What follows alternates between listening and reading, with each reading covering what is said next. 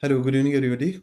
So once again, I welcome all of you in today's current affairs. Okay, so today is 7th of February, and I will be discussing current affairs of 6th and 5th February, some good articles I have taken. Okay, and these articles are very important for discussion, so I have brought them today. Okay, so these are the articles. Talks on India-US deal, joint statement in 4-5 days. Okay, then India and Gulf Cooperation Council. GCC nations sign terms of reference for a free trade agreement. Basically, we are moving towards signing a free trade agreement with GCC countries. Okay, now we have just signed the term of reference. Term of reference means on which terms we are going to have this free trade agreement with GCC countries. Okay, the budget and imperative of fiscal consolidation. Very good article which has been discussed by one eminent personality, Raghuram Rajan. Okay, so this is very important article. Okay, now US trade deal gains for economic diplomacy. Very important that how we are going to gain from the trade deal with the United States of America. Okay, Trinamool Congress highlights hikes monthly aid for women, unveils the scheme for unemployed. You remember I have told you already unilateral cash transfers. Okay, which has been a big problem with states' finances, and it has been highlighted by two organizations. One is Finance Ministry through its economic survey. This has highlighted that unilateral finance transfers or unilateral cash transfers are harming the state's finances, and also this has been highlighted by one more after economic survey. This has been also highlighted by this in this budget also. It has been said that unilateral cash transfer from center to states or from states to people is harming the financial health, and also finance commission has also flagged this issue that states health is deteriorating. So all organizations have been flagging this issue, so that's why it becomes a very important article. Okay, now UGC regulations I have discussed already in much details. One more explainer article has been there, that how they have been in question. Okay, small discussion I will take on this also. More or less allocation to health sectors in the budget. Okay, whether the healthcare component of in the budget is good or bad. Basically, it is, for one good news is that it has been increased drastically, but on research and development again there is a cut. So therefore it is a mixed bag. Okay, infertility in India, it is basically a mental as well as a emotional problem as well as a biological problem. So the article highlights an interplay between its biological dynamics, then its cultural dynamics, and then its emotional dynamics. Okay, so all are highlighted in this article. Very good article. ठीक. Has 16 finance commission sideline the states? क्या states को sideline कर दिया finance commission ने? ऐसा बिल्कुल नहीं है, लेकिन आर्टिकल थोड़ा सा हाईलाइट करता है कि स्टेट्स पे और ज्यादा बेटर वे में बात की जा सकती थी. ठीक हो गया. Okay, so let us go to the first article. Talks on Indo US nuclear deal, joint statement will be coming in 4-5 days. As of now कोई भी जॉइंट स्टेटमेंट तो नहीं आया है, लेकिन आपको पता होना चाहिए कि यूनाइटेड स्टेट्स ने इंडिया के ऊपर दो किस्म के टैरिफ्स लगाए हुए थे. ठीक है, एक लगाया था 50%, टोटल 50% के टैरिफ्स थे. उन 50% में 25% टैरिफ जो थे they were called as reciprocal tariffs. Reciprocal tariff कौन से टैरिफ होते हैं? रेसिप्रोकल टैरिफ मतलब एक कंट्री जब दूसरी कंट्री पे टैरिफ लगाती है, उसके रिस्पॉन्स में जब वो कंट्री वापस टैरिफ लगाए तो that is called as reciprocal tariff. ठीक है, तो रेसिप्रोकल टैरिफ 25% हो गया, और 25% था हमारा पेनल्टी टैरिफ्स. ठीक है, अब पेनल्टी टैरिफ्स क्यों लगाए थे? क्योंकि हम ऑयल इंपोर्ट कहाँ से कर रहे थे? रशिया से कर रहे थे, for oil imports on Russia. अब हमने एग्री कर लिया है कि हम ऑयल इंपोर्ट्स जो है वो क्या कर देंगे? जीरो. जब हम ऑयल इंपोर्ट जीरो कर देंगे तो definitely United states of America ने आज एक लॉ भी पास कर दिया, आज एग्जीक्यूटिव ऑर्डर पास कर दिया कि अब जो है इंडिया के ऊपर ये वाले 25% टैरिफ लागू नहीं होंगे, और ये वाले 25% को एग्री कर लिया उन्होंने टू रिड्यूस इट टू 18%. ठीक है, बहुत सारे लोगों ने इसको कहा कि क्या हमने सरेंडर कर दिया यूएसए के प्रेशर को? इसका जवाब है बिल्कुल भी नहीं. हमने यूएस प्रेशर को बिल्कुल भी सरेंडर नहीं किया, लेकिन हमने स्ट्रेटेजिकली ये ड्रील स्ट्राइक की इसलिए क्योंकि इस वक्त हमारे यूएस जो है, यूएस इंडिया की एक बहुत बड़ी एक्सपोर्ट डेस्टिनेशन है. US is one of the largest export destination for India. ठीक है। तो वहां पे जितना भी हमारा एक्सपोर्ट हो रहा था, तो क्या हम 50% पे एक्सपोर्ट नहीं कर रहे थे? कर रहे थे 50% पे भी। तो 18% हो गया, तो ये हमारा सरेंडर नहीं, रादर ये हमारे लिए एक विक्ट्री है, ठीक है। तो एक्सपोर्ट डेस्टिनेशन है हमारी one of the largest, USA. तो एक्सपोर्ट डेस्टिनेशन जब हमारी लार्जेस्ट है, तो हम क्यों ना एक्सपोर्ट करें वहां पे कम रेट्स के ऊपर? वो क्यों सरेंडर कह रहे हैं? क्योंकि हम कह रहे हैं कि हमारा जो हमने जो इम्पोर्ट ड्यूटीज हमने कर ली है यूएस के प्रोडक्ट्स पे, क्या हमने वो जीरो कर ली? Import duty on US products, import duty क्या हमने जीरो कर ली? ठीक है। बहुत सारे लोग इससे नाराज है कि जीरो इंपोर्ट ड्यूटी मींस सस्ता इंपोर्ट आएगा कंट्री के अंदर, तो उससे डोमेस्टिक प्रोडक्शन को जो है वो थोड़ा सा नुकसान हो सकता है। लेकिन हमारे जो इस वक्त पीयूष गोयल साहब है कॉमर्स मिनिस्टर, वो ये कह रहे हैं कि हमने सबसे पहले ये ट्रेड डील जो साइन की है, ये बहुत क्लियरली आपको रीड करना पड़ेगा थ्रू एंड थ्रू। और इसमें जो हमारे मेन सेक्टर्स हैं, जैसे हमारा एग्रीकल्चर सेक्टर हो गया, ठीक है, इसको बोलते हैं वाइटल सेक्टर, जहां पे हम इंपोर्ट्स को इतना सस्ता नहीं कर सकते कि हमारे डोमेस्टिक प्रोडक्ट को जो है वो नुकसान पहुंचे, ठीक है। तो हमने सबसे पहले क्या किया? अपने वाइटल सेक्टर्स को बचाया है। हमने क्या किया? सबसे पहले वाइटल सेक्टर्स को बचाया है, ठीक है। और दूसरा, हमने अभी अपना टैरिफ कट नहीं अनाउंस किया। वो तो यूएस के प्रेसिडेंट कह रहे हैं टैरिफ कट जीरो कर देगी इंडिया। हमने टैरिफ कट अनाउंस इसलिए नहीं किया क्योंकि हम वर्ल्ड ट्रेड ऑर्गेनाइजेशन के क्या हैं? सिग्नेटरी हैं। हम वर्ल्ड ट्रेड ऑर्गेनाइजेशन के सिग्नेटरी हैं। वर्ल्ड ट्रेड ऑर्गेनाइजेशन के अंडर में कंट्रीज एक दूसरे के साथ ट्रेड करती है under one status that is called as most favoured nation status, MFN, most favoured nation status. तो हमारे जो टैरिफ्स हैं वो नॉर्मल टैरिफ्स तो है नहीं, दे आर MFN टैरिफ्स। अब यूएसए ने वर्ल्ड ट्रेड ऑर्गेनाइजेशन से भी विड्रॉ करने की बात की है कि हम उससे भी विड्रॉ कर लिए हैं, ठीक है। तो मोस्ट फेवर्ड नेशन के जो टैरिफ्स होते हैं वो टैरिफ्स होते हैं जो वर्ल्ड ट्रेड ऑर्गेनाइजेशन के मेंबर्स इंपोज करते हैं अपनी गुड्स के ऊपर, जो गुड्स आती है कहां से? दूसरे मेंबर नेशन से। अब यूएसए एक मेंबर कहता है कि हम नहीं हैं अभी वर्ल्ड ट्रेड ऑर्गेनाइजेशन के, तो लेकिन हमारे टैरिफ जो हैं they are most favoured nation tariffs. तो हम मोस्ट फेवर्ड नेशन टैरिफ्स तभी हटा सकते हैं जब हम उसके रिगार्डिंग कोई लॉ पास करेंगे। तो उसके लिए हमको लीगल वर्क करना पड़ेगा, उसके बाद ही हम टैरिफ रिडक्शन जो है वो कर पाएंगे, ठीक है। मोस्ट फेवर्ड नेशन के टैरिफ जो है वो सिर्फ तब किए जा सकते हैं जब दो कंट्रीज के बीच में लीगल एग्रीमेंट साइन हो। तो अभी जस्ट इनिशिएशन है, अनाउंसमेंट्स हैं, अभी लीगल एग्रीमेंट साइन नहीं हुआ, ठीक है। अब लीगल एग्रीमेंट जैसे ही साइन होगा तो उसके बाद हम देखेंगे हमने कौन कौन से टैरिफ कट किए और कौन कौन से टैरिफ कट नहीं किए। So it is too premature to say कि हमने यूएस के प्रेशर के सामने क्या किया? सरेंडर किया। इसी से रिलेटेड एक और आर्टिकल है जो कहता है कि एक बहुत बड़ी डिप्लोमेटिक विक्ट्री है इंडिया के लिए। वो ये वाला आर्टिकल है कि यूएस ट्रेड डील, इसमें इकोनॉमिक डिप्लोमेसी में क्या क्या गेन्स है इंडिया के लिए, what are the gains for economic trade deal for India, ठीक है। अब हम इसको थोड़ा सा डिटेल में देखेंगे कि यूएस की ट्रेड डील जो है ये हम इससे क्या क्या इकोनॉमिक गेन कर सकते हैं, ठीक है। अब जो यूएसए के साथ हमारा ट्रेड डील अभी हुआ है, ठीक है, इससे हमें पता चला है कि इंडिया ने भले ही स्लोली अपने ट्रेड आर्किटेक्चर पे काम किया है, लेकिन इंडिया ने बहुत स्ट्रांगली काम किया है अपने ट्रेड आर्किटेक्चर पे, ठीक है। उसका एग्जांपल मैं आपको बताता हूँ। फ्री ट्रेड एग्रीमेंट्स हमने अभी करीब करीब 2 डेकेड्स के बाद यूरोपियन यूनियन के साथ स्ट्राइक कर लिया। ओमान के साथ भी ऑलरेडी हमने साइन किया हुआ है। न्यूजीलैंड के साथ ऑलरेडी हम साइन कर चुके हैं, ठीक है। अब हम गल्फ कोऑपरेशन काउंसिल की जो कंट्रीज हैं उनके साथ भी साइन करने जा रहे हैं, उनके साथ भी इनिशिएट हमने कर लिया। और अब हमने यूएसए के साथ भी we are able to successfully strike a deal, bilateral trade deal with USA also. तो धीरे धीरे हमारे ट्रेड रूट्स जो है वो धीरे धीरे एक्सपेंड होते चले जा रहे हैं, ठीक है। वो इसलिए क्योंकि हम ग्रेजुअली अपने ट्रेड रूट्स को एक्सपेंड कर रहे हैं, ये जानकर कि कभी भी ट्रेड डिसरप्शन हो सकता है, इकोनॉमिक अनसर्टेनिटी हो सकती है, तो हमें अल्टरनेटिव जो है वो अवेलेबल रहने चाहिए हमारे पास। इजराइल के साथ भी, पैलेस्टाइन के साथ भी we have been in trade relations with almost every part of the world, ठीक है। अब इससे क्या होगा कि ये कह रहा है कि हमने जो रिफॉर्म एक्सप्रेसवे बनाया है इससे उसको बूस्ट मिलेगा। जो यूएसए की ट्रेड डील है हमारी, रिफॉर्म एक्सप्रेसवे को क्या मिलेगा? खूब बूस्ट मिलेगा, ठीक है। अब उससे कैसे होगा, कैसे बूस्ट होगा? अब ये कह रहा है कि ये जो ट्रेड डील्स है, जितने भी हमने एग्रीमेंट साइन किए, they were neither short nor they were very simple, they were basically very intricate processes, tough processes थे, and they were very demanding, ठीक है।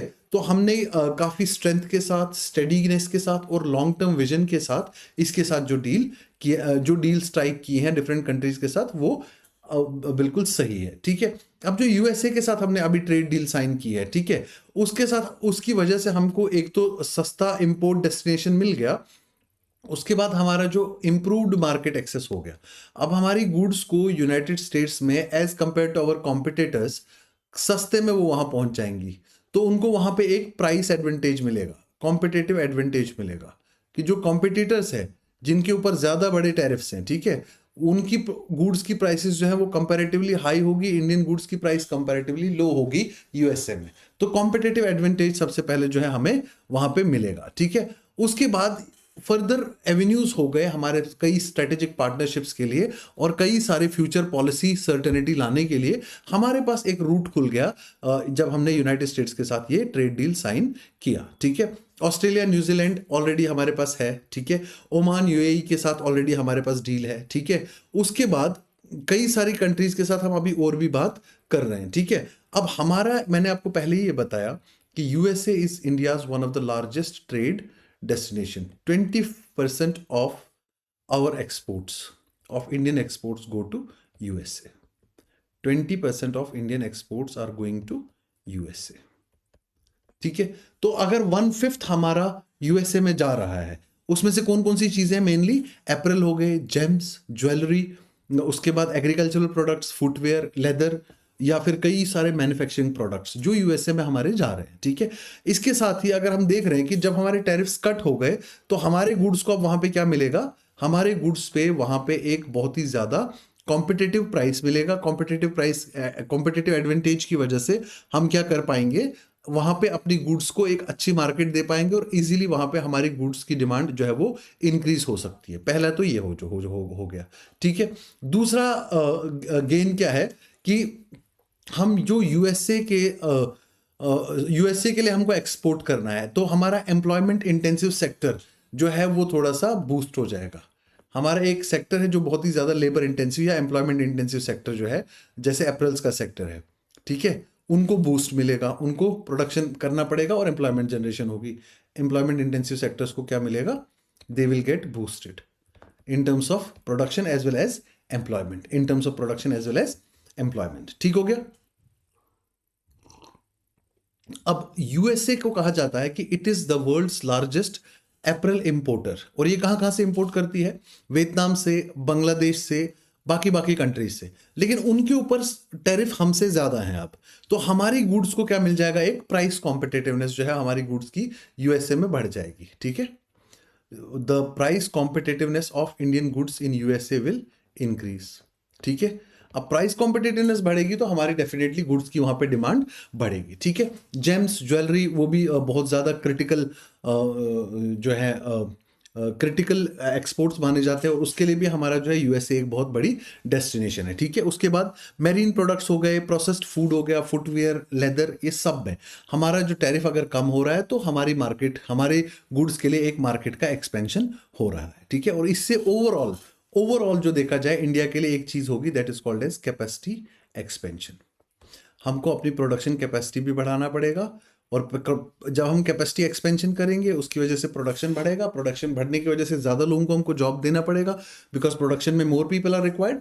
तो इस तरह से हमारा जो है ये थोड़ा सा डोमेस्टिकली भी हमारा जो है इकोनॉमिक बूस्ट मिलेगा। ठीक है, अब बाकी कंट्रीज जो इंडिया की तरफ, जो यूएसए की तरफ एक्सपोर्ट करती हैं, चाइना है उसमें, Bangladesh, Sri Lanka, Brazil, South Africa, Pakistan, as well as association of South East Asian nations, इन कंट्रीज से भी गुड्स जाती हैं यूएसए के लिए। ठीक है, लेकिन इन सब के ऊपर काफ़ी अच्छा टैरिफ है हमारी गुड्स से ज़्यादा। ठीक है, तो अब लॉन्ग टर्म गोल जो है हमारा क्या है कि हमको ग्लोबल मैन्युफैक्चरिंग हब बनना है। तो इस लॉन्ग टर्म गोल के लिए हमारे लिए ये अच्छा एडवांटेज होगा कि यूएसए ने हमारे टैरिफ्स कम कर दिए, तो हम ज़्यादा से ज़्यादा प्रोडक्शन कर पाएँ, मैन्युफैक्चर कर पाएँ और यूएस की तरफ एक्सपोर्ट कर पाएँ। ठीक है, इकोनॉमिक रिलीफ से अलावा भी अगर आप देखोगे, ठीक है, ये आगे पार्टनरशिप जैसे जॉइंट वेंचर्स, टेक्नोलॉजी वेंचर्स, ठीक है, इनोवेशन, एम्प्लॉयमेंट, ये उन चीज़ों को भी हमारा फोस्टर कर सकती है। ठीक है, अब इंडिया के लिए जो ग्लोबल इकोनॉमिक लीडरशिप या स्ट्रेंथन है उसको अगर कंसोलिडेट करना है तो वो यूएस के एब्सेंस में थोड़ा सा डिफिकल्ट था। तो ऐसी हाई वैल्यू इंटरनेशनल पार्टनरशिप्स जब हम करेंगे तो हाई वैल्यू इंटरनेशनल पार्टनरशिप से हमारा ग्लोबल प्रेजेंस जो है वो थोड़ा सा बढ़ सकता है, ठीक है। और हम जो है यूएसए के साथ मिलके मार्केट एक्सपेंशन कर सकते हैं, जो सप्लाई चेन्स डिसरप्टेड हैं उनको क्या कर सकते हैं, उनको रीइंफोर्स कर सकते हैं और इनोवेशन को फर्दर ड्राइव कर सकते हैं, ठीक है। उसके बाद क्लीन एनर्जी में, इनोवेशन लेड सेक्टर्स में, डिजिटल ट्रेड में हम कोऑपरेशन यूएसए के साथ करके हम इनको जो है थोड़ा सा पेस दे सकते हैं इन चीज़ों को ग्रोथ करने के लिए, ठीक है। और म्यूचुअली बेनिफिशियल ग्रोथ साइकिल, ठीक है। यूएसए और इंडिया का जो ट्रेड रिलेशन है अगर ये बेटर हो जाए तो it will create a mutually beneficial cycle of growth and opportunity, ठीक है। ये याद रखना, अच्छा फ्रेज है, mutually beneficial cycle of growth and innovation. Mutually beneficial cycle of growth of and innovation जो है वो सेटअप हो जाएगा अगर हमारे ये ट्रेड रिलेशंस और ज्यादा डीपन हो जाते हैं, ठीक है। और स्ट्रेटेजिक पर्सपेक्टिव से अगर हम देखें, आपको पता है एक बहुत बड़ी इकोनॉमिक ट्रेड ग्रुपिंग है जिसमें इंडिया, ऑस्ट्रेलिया, जापान और यूएस मेंबर्स हैं, दैट इज कॉल्ड क्वाड, ठीक है। तो क्वाड के लिए भी अगर कॉर्डियल रिलेशंस हैं हमारे यूएसए के साथ तो क्वाड में जितने भी फ्रिक्शंस हैं वो ऑटोमेटिकली क्या हो जाएंगे, वो ऑटोमेटिकली रिलीव हो जाएंगे, ठीक है। और सप्लाई चेन्स और ज्यादा हमारे क्या हो जाएंगे, रिजिलियंट हो जाएंगी, ठीक है। और सप्लाई चेन रिजिलियंस पार्टनरशिप में ट्रस्ट डेवलप हो जाएगा और ये बेसिकली हमेशा क्वाड की सेंट्रल प्रायोरिटीज रही हैं। तो हमारे लिए ये प्रायोरिटीज पे फोकस करना थोड़ा सा आसान हो जाएगा, ठीक है। और ये ऑब्जेक्टिव्स अटेन करना आसान हो जाएगा, ठीक है। अब टैरिफ से आगे बढ़ के ये एक ट्रस्ट की भी बात हो जाएगी। ये it will be a strategic reset in the ties between, strategic reset in ties between USA and India, ठीक है। Strategic reset of ties between India and USA, ठीक है। अब जितनी भी हमारे पास कंपलिंग चैलेंजेस हैं, अगर दुनिया की वर्ल्ड की दो बड़ी डेमोक्रेसीज एक साथ आ जाएं तो थॉटफुली एंगेज करें तो बहुत सारी प्रॉब्लम्स को जो है through thought and through discussion ही जो है वो रिजॉल्व किया जा सकता है, ठीक है।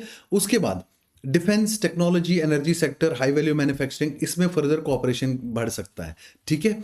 और ये लॉन्ग लास्टिंग अपॉर्चुनिटीज क्रिएट कर सकता है दोनों इकोनॉमीज के लिए, ठीक है। तो ये बेसिकली इंडिया और यूएस ट्रेड के जो पॉजिटिव साइड्स हैं वो डिस्कस की हुई हैं and the writer is basically Anant Goenka who is president of federation of Indian chamber of commerce, ठीक है। तो अच्छी इनसाइट से इस आर्टिकल को थोड़ा देखा जा सकता है, ठीक है। Next, India along with Gulf Cooperation Council. What is Gulf Cooperation Council? First of all, you understand it is a group of 6 countries. Okay, the 6 countries are Bahrain, okay, then Kuwait, Oman, Qatar, Saudi Arabia, and USA. Okay, then if you have to remember this through an acronym by king or queen size utilities, by king or queen size utilities, okay, by king or queen size utilities, ठीक है। So it is Bahrain, then K for Kuwait, O for Oman, Q for Qatar, S for Saudi Arabia, and U for United Arab Emirates. Okay, so this is basically a group. Okay, if India could sign a free trade agreement with them, it will be one of the largest free trade agreements India could negotiate. Even India's largest merchandise trade partners are these Gulf Cooperation countries. Okay, now the total merchandise trade to these countries exceeds even more than European Union or United States of America. So we have just signed the term of reference, TOR, term of reference for GCC countries. Okay, what is term of reference? Term of reference is basically on what terms we are going to have discussions. This is one of the second steps of a free trade agreement. मैंने पहले कहा जब free trade agreement हमको sign करना होता है तो पहले क्या होती है, feasibility studies होती है। फिजिबिलिटी स्टडीज से जब हम आगे बढ़ जाते हैं तो हम टर्म ऑफ रेफरेंस साइन करते हैं। टर्म ऑफ रेफरेंस साइन करने के बाद अगर ये टर्म्स ऑफ रेफरेंस साइन हो जाती हैं, उसके बाद हम बातचीत करते हैं और फाइनलाइज करने पे आते हैं एक एग्रीमेंट पे थ्रू नेगोशिएशंस। तो the third step is negotiations. इसका मतलब हमने ये वाला स्टेप अटेन कर लिया, ये वाला क्रॉस कर लिया। अब टर्म ऑफ रेफरेंस साइन होने के बाद अब हम क्या करेंगे, नेगोशिएशंस करेंगे।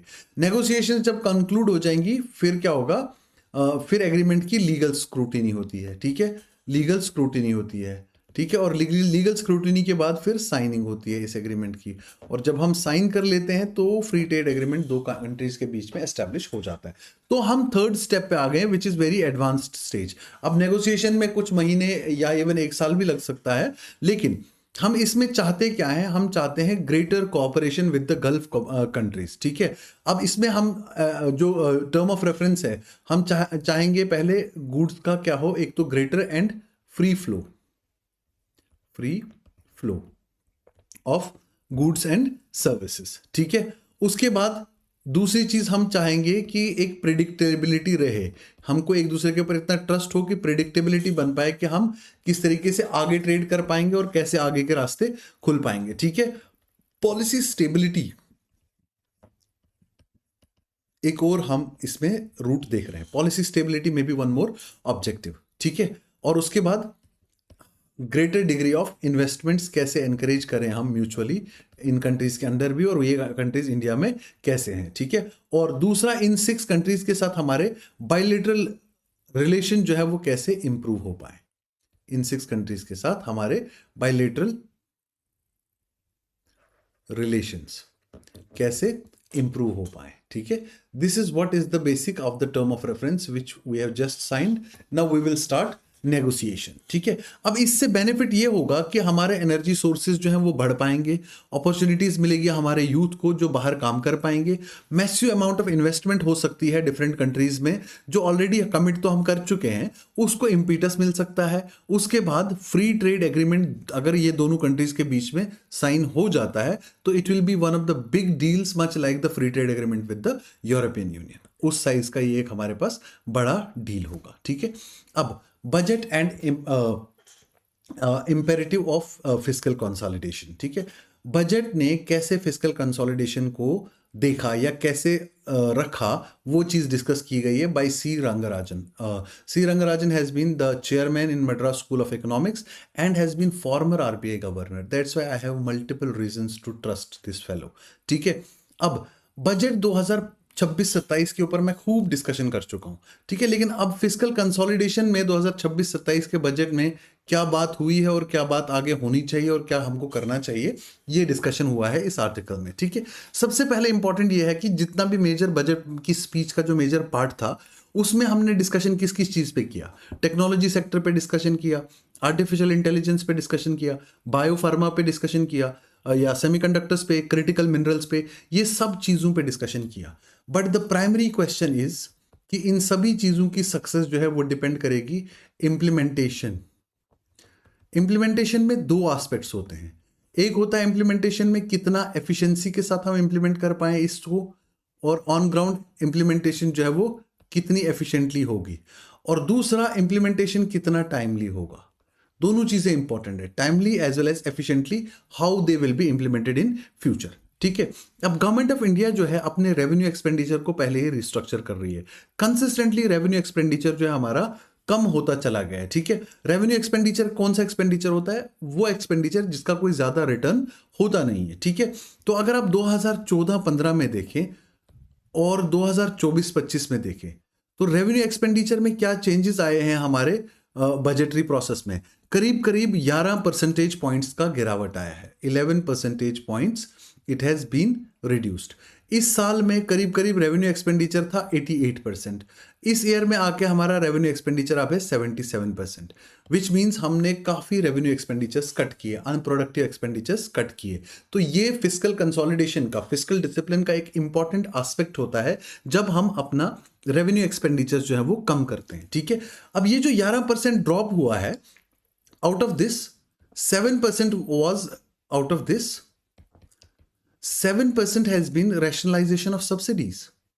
सब्सिडीज को रैशनलाइज किया गया है, इधर कट किया है और डाइवर्ट किया है बेटर तरीके में, ठीक है। तो इस सब की वजह से कैपिटल एक्सपेंडिचर का शेयर जो है थोड़ा सा बढ़ गया, because of revenue expenditures reduction we have been able to increase the capital expenditure. तो अब अगर आपने देखा होगा 2021 के बाद लगातार कैपिटल एक्सपेंडिचर पे हम फोकस कर रहे थे, हालांकि 23-24 में थोड़ा कम फोकस किया, लेकिन 24-25 में कम फोकस करके 26-27 वाले बजट में हमने फिर से खूब ज्यादा पुश कैपिटल एक्सपेंडिचर को बढ़ाने के लिए दिया है। ठीक है, ये तो हो गया एक एस्पेक्ट ऑफ फिस्कल कंसोलिडेशन। ठीक है, दूसरा इसके बाद अगर आप देखोगे कि हमारा जो एनुअल ग्रोथ रेट है किसका, कैपिटल एक्सपेंडिचर का, capex growth means capital expenditure का अमाउंट नहीं मैं बता रहा, मैं ग्रोथ रेट डिस्कस कर रहा हूं। ग्रोथ रेट कि कितने दर से हमने ग्रोथ रेट बढ़ाया है कैपिटल एक्सपेंडिचर में, किस स्पीड से हम बढ़े हैं। ठीक है, 28.3% इंक्रीज किया था हमने कैपिटल एक्सपेंडिचर अपना 2023 और 24 में। ठीक है, उसके बाद और देखोगे अगर तो हमने 24-25 में थोड़ा कम ही बढ़ाया, क्योंकि इट वाज ओनली 0.8%। ठीक है, 0.8% इट वाज इन 24-25। बढ़ा तो उस इससे ज्यादा 0.8%। ठीक है, और 25-26 में हमने फिर से कितना कर दिया, ये अराउंड 4.2% फिर से हमने इंक्रीज कर दिया 25-26 में। ठीक है, और अब हम अगर 26-27 के बजट की बात करें तो इस बार हमने 26-27 के बजट में फिर से बढ़ा दिया है ये, now it has been increased by 11.5%। ये अमाउंट ऑफ बजट नहीं है, ये rate of increase of the capital expenditure. तो एक तो ये समझना कि इंक्रीज तो हर साल हुआ ही है 2021 के बाद से अब तक 25 तक, पिछले 5 साल में, लेकिन the rate of increase has been uneven. एक साल 28% बढ़ा दिया, फिर दूसरे साल सिर्फ 1% बढ़ाया, फिर वापस 4%, 3, अब फिर से हमने 11% बढ़ा। तो रेट ऑफ इंक्रीज जो है वो रहा है, लेकिन इंक्रीज का रेट जो है वो इवन रहा, अनइवन रहा है। ठीक हो गया, तो इससे अब पता चलता है हमको कि 2025-26 में जो है हम कितना अराउंड कितना परसेंट अपनी जीडीपी का खर्चा करेंगे। ठीक है, अराउंड अपनी जीडीपी का कैपिटल एक्सपेंडिचर में हम 3.1% of GDP we will be putting in for capital expenditure, for capital expenditure. अब मैं जीडीपी के कंपैरिजन में बात कर रहा हूं। ठीक है, अब ये सारी चीजें जो है ये फिस्कल डिसिप्लिन की तरफ लेके जा रही हैं कि हाँ, कैपिटल एक्सपेंडिचर इंक्रीज कर रहे हैं तो productive capacity, future productive potential economy का क्या होगा, बढ़ेगा। ठीक है, लेकिन एक बहुत बड़ा कंसर्न है यहाँ पे, बहुत बड़ा कंसर्न ये है कि हमारे जो रेवेन्यू कलेक्शन है, gross tax revenue collection, gross tax revenue collection, हमको ये एक्सपेक्टेड था कि हमने रेवेन्यू रेट्स जो है वो खूब सारे चेंज किए थे। ठीक है, अपने पिछले 2025-26 के बजट में हमने टैक्स स्लैब्स चेंज कर लिए थे। ठीक है, हमने 12.75 लाख तक टैक्स को फ्री कर दिया था। ठीक है, लेकिन हमको ये था कि इससे लोग ज़्यादा से ज़्यादा कंप्लायंस करेंगे। ठीक है, और जीएसटी का भी रेट रैशनलाइजेशन हुआ तो उससे हमको पता है कि थोड़ा सा जीएसटी का रेट कलेक्शन जो है वो कम ही होगा। लेकिन overall gross tax revenue collection 26-27 में जो है वो 0.8 से ड्रॉप हुआ है, 0.8। This is basically buoyancy. ठीक है, टैक्स बॉयंसी क्या होती है basically, it refers to how much change is there in tax revenue collection when there is any change in tax related laws like tax rates and other things. ठीक है, तो tax buoyancy का कम होना means जिस तरीके का expectation था tax change में, उस तरीके का रेवेन्यू कलेक्शन नहीं हुआ। तो ये टैक्स बॉयंसी जो है इसको कैसे इंप्रूव किया जाए, ये बहुत इंपॉर्टेंट है देखने के लिए हमको। ठीक है, उसके बाद नेक्स्ट जो है स्टेट्स का जो है, नेक्स्ट इशू जो है वो है स्टेट्स के फाइनेंसेस का इशू, स्टेट्स फाइनेंसेस का इशू।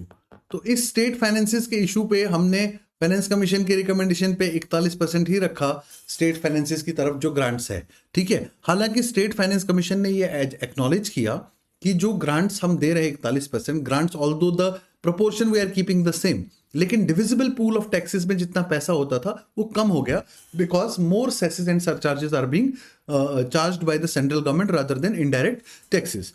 इसलिए overall because of the shrinkage in the divisible pool of taxes, जो सेंटर से स्टेट की तरफ ट्रांसफर्स होते थे वो भी रिड्यूस हो गए। ठीक है, transverse from center to state, transfers from center to state, these have also fallen to 0.43% of GDP in 2025-26, 25-26 में कितना था ये? 0.43% ऑफ जीडीपी। अब ये फॉल कर जाएगा 0.33% of GDP, which is a significant fall. 2026-27 में इस फॉल कर जाएगा। क्यों? क्योंकि डिविजिबल पूल ऑफ टैक्सेस का साइज जो है वो कम हो गया है। क्या हो गया है? कम हो गया है। ठीक है, हालांकि इस बार पहला साल था 2026-27 वाला जो साल है, ये 16 फाइनेंस कमीशन का पहला साल था। तो पहले साल में सेंटर से स्टेट की तरफ, यूजुअली पिछला जो ट्रेंड है, फाइनेंस कमीशन के पहले साल में सेंटर से स्टेट की तरफ ट्रांसफर्स जो है वो इंक्रीज हुए हैं। लेकिन हमारे केस में थोड़ा उल्टा हो गया, इसलिए क्योंकि हम सेसेस सरचार्जेस पे थोड़ा ज्यादा फोकस कर रहे हैं as compared to focusing on the general divisible pool of taxes. ठीक हो गया। उसके बाद फिस्कल स्पेस का हमने कैसे कंसोलिडेशन किया है। कोविड-19 के बाद डेफिनेटली हम बहुत अच्छे से जो है रिडक्शन कर पाए हैं अलग अलग चीजों में, जैसे fiscal deficit to GDP ratio, FD to GDP ratio. Okay. Now, first of all, fiscal deficit to GDP ratio means हमारी GDP का कितना पार्ट हमारा फिस्कल डेफिसिट है।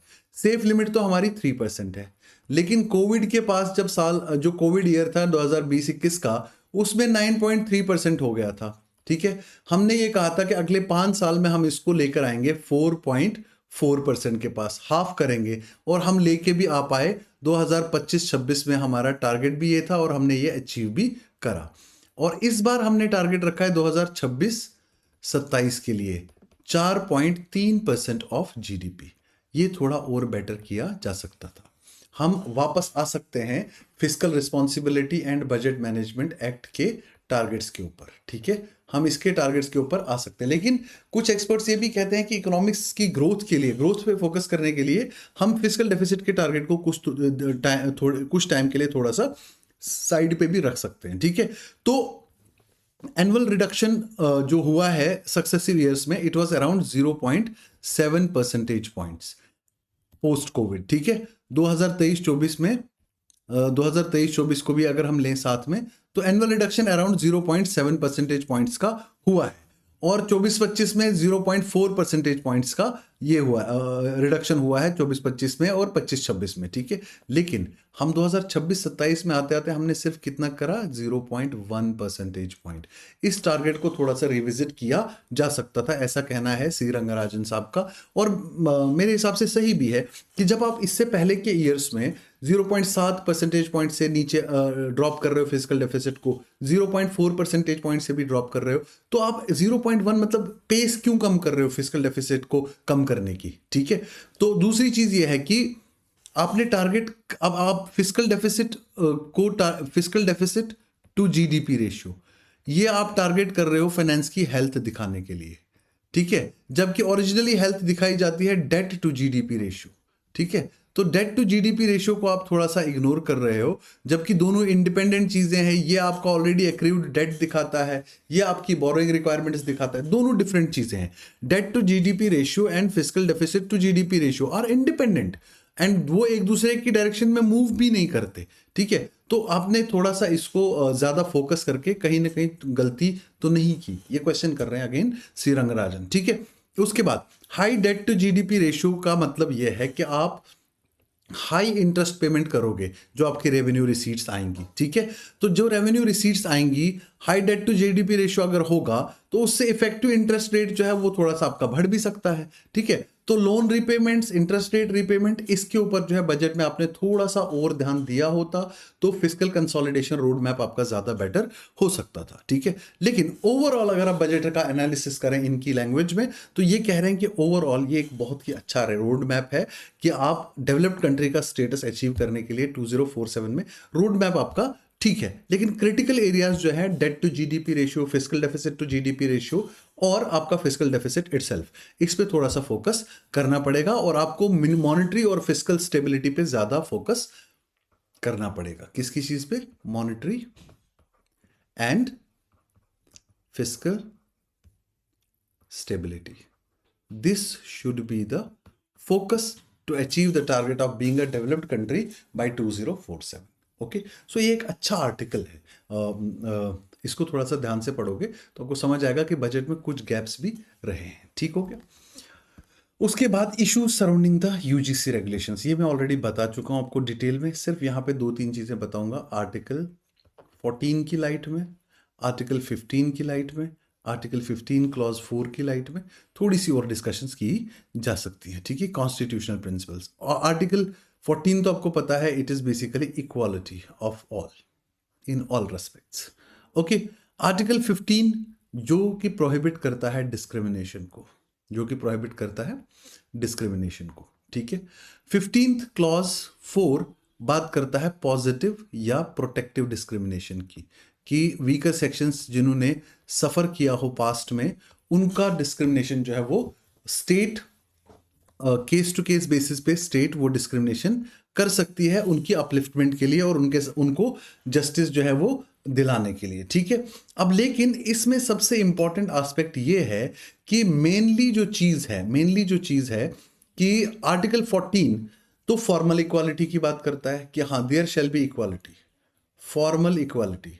बट फॉर्मल इक्वालिटी और सब्सटेंटिव इक्वालिटी में फर्क है।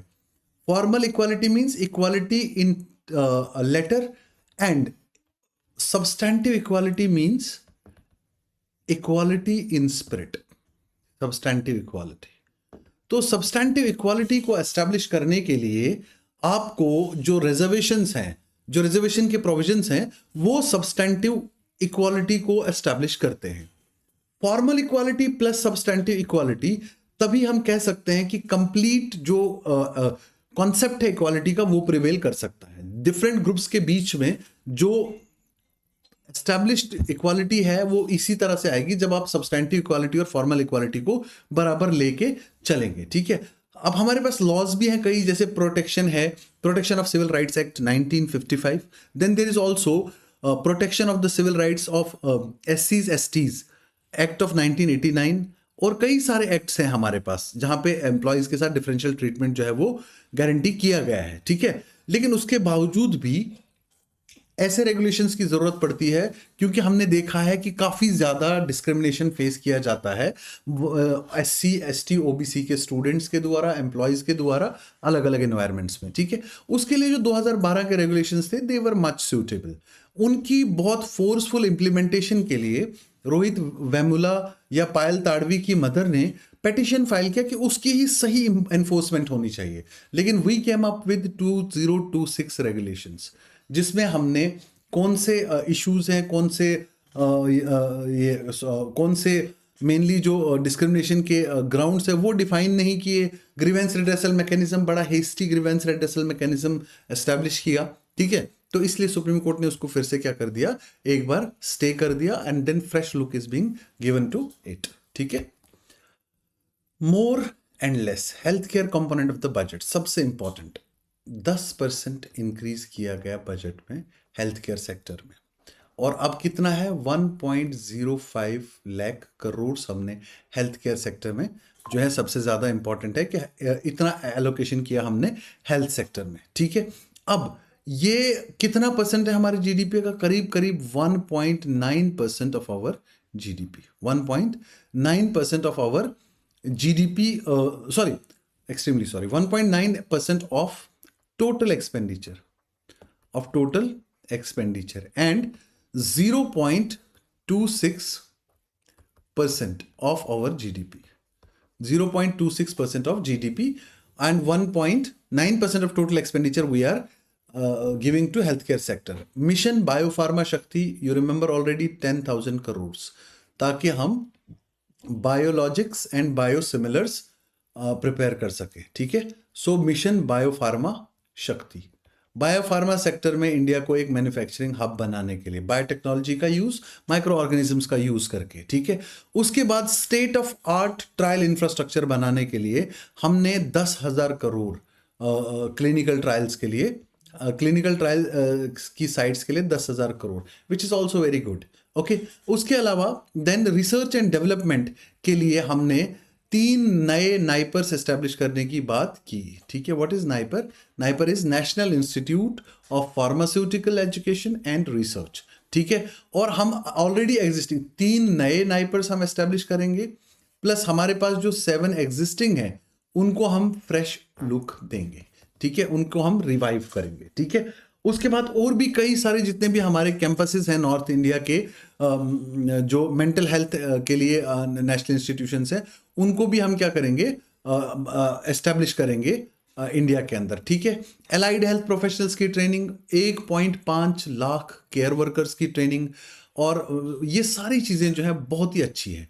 और जो हमने ड्यूटी फ्री इंपोर्ट किया कैंसर से रिलेटेड मेडिसिन का, 17 कैंसर से रिलेटेड मेडिसिन का, और हमने कहा कि हम 7 और मेडिसिन जो लाइफ थ्रेटनिंग डिजीज को ट्रीट करेंगी, उनको भी इंपोर्ट ड्यूटी फ्री करेंगे, ठीक है। तो ये सारे जो है ये बहुत ही अच्छे स्टेप्स हैं हमारे एक्सपेंडिचर के हेल्थ केयर सेक्टर में, ठीक है। लेकिन हमारा जो है मोस्टली हमने जो कमिटमेंट किया था नेशनल हेल्थ पॉलिसी ऑफ 2017 में, नेशनल हेल्थ पॉलिसी 2017 का कहना था कि हम हेल्थ केयर सेक्टर में खर्चा करेंगे 2.5% of GDP, 2.5% of GDP bye 2025। लेकिन हम यहां तक अभी नहीं पहुंचे, हम अभी भी 0.26% ऑफ आवर जीडीपी, 1/5 पे ही हम अभी भी खड़े हैं, ठीक है। और ये जो नेशनल हेल्थ मिशन में, इसमें जो है थोड़ा सा फंडिंग में ड्रॉप किया गया, वो भी एक इशू रहा इसमें, ठीक है। उसके बाद जैसा फिस्कल डेवल्यूशन है, अगर वो सही होता, स्टेट्स का फिस्कल स्पेस बढ़ाया होता, तो स्टेट और ज़्यादा रिस्पॉन्सिबिलिटीज ले सकती थी। लेकिन फिस्कल डेवल्यूशन जो स्टेट्स का है, जो स्टेट्स की तरफ पैसा जाना है, उसकी वजह से क्या स्टेट उस तरह से अब हेल्थ सेक्टर में एक्सपेंडिचर कर पाएंगी जैसे वो कर पा रही थी, ठीक है। इसलिए सेंटर को कंसिस्टेंटली क्या करना चाहिए, देखना चाहिए कि क्या हेल्थ केयर सेक्टर में एक्सपेंडिचर को बढ़ाना, 10% से बढ़ाना, क्या इतना काफ़ी है या इससे ज़्यादा बढ़ाना पड़ेगा। और स्टेट्स की फिस्कल स्पेस बढ़ानी चाहिए हमको अभी या नहीं बढ़ानी चाहिए, स्टेट्स की फिस्कल स्पेस को इंप्रूव करना चाहिए या नहीं इंप्रूव करना चाहिए, किस चीज़ के लिए, किस चीज़ के लिए, खास करके मेनली हेल्थ सेक्टर को इंप्रूव करने के लिए, ठीक है। तो ये दो चीज़ें जो है अभी भी क्वेश्चंस हैं किसमें, हेल्थ केयर सेक्टर में, ठीक हो गया। तो ये दोनों एस्पेक्ट्स को देखने के लिए ज़रूरत है, ठीक है। तो आज के करंट अफेयर्स में इतना ही। Thank you so much for joining me. So tomorrow I will be coming up with more articles which are related to current affairs, and we will proceed further with the discussion. Thank you so much.